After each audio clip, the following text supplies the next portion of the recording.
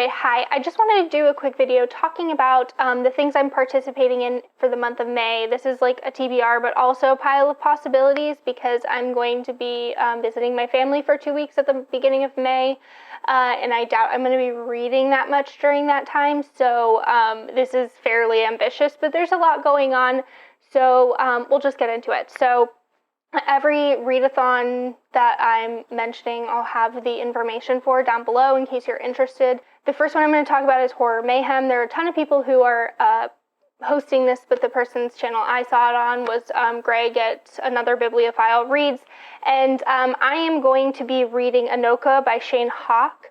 This is a horror short story collection. It is also the Indigenous Reading Circle pick for the month, so I'm going to be participating in that as well. The next thing is May of the Moderns. This is hosted by Margaret Pinard. I will link to her video below.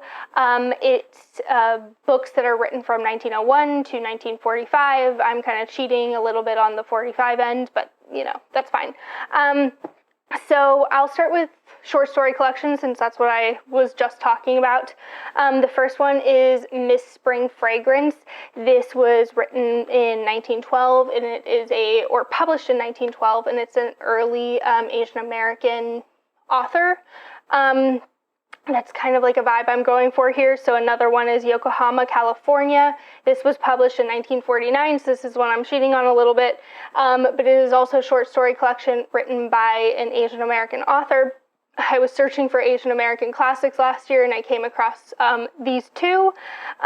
This is also because it is the month of May and it is AAPI month, or AAPI Heritage Month, and Cindy at With Cindy is doing, again, the Asian Readathon, so these will also count for that.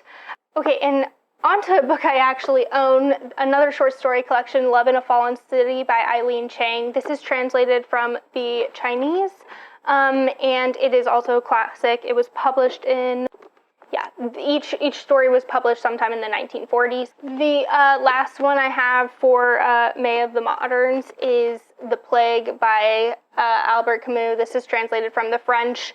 I wanted to get some books into this list that I own, and I can get the audiobook through my library, so I've seen some people think this guy's a genius and some hate him, so I guess I will find out. Oh no, I did have one more for May of the Moderns. This one is Despised and Rejected. I started it because it was one of the potential books I was going to read in April, but I wasn't really feeling the vibe of it at the time, so I really just got to chapter 1 and then I gave up. I'm probably going to have to restart it. I can see this one continuously slipping. I don't know, classics are kind of hard for me to get into, but my entire TBR at this point is classic, so for the most part, so we'll see. Oh, I do have another one for May of the Moderns, so just ignore me. Okay, another one for May of the Moderns that I own on Kindle is Rachel. This was published in 1920, and it is a play in 3 acts written by a Black woman. So I am looking forward to reading that as well. So another few that just count for Asian Readathon are The Collected Schizophrenias. This is a nonfiction memoir that is on my nonfiction list for the year. Another one I might get to, which is also on my nonfiction list for the year, is America for Americans by Erica Lee. It is another nonfiction, not a memoir though. And okay, and now moving on to ones that are for the Asian Readathon, and also another one, oh that was weird, is The Story of a Goat.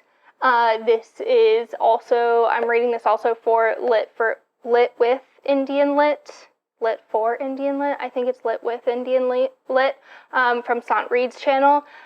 This is normally an April readathon, but it's going into May as well, and I've been wanting to read this book for quite a while.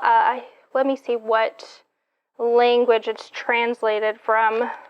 Yeah, this is originally written in the Tamil.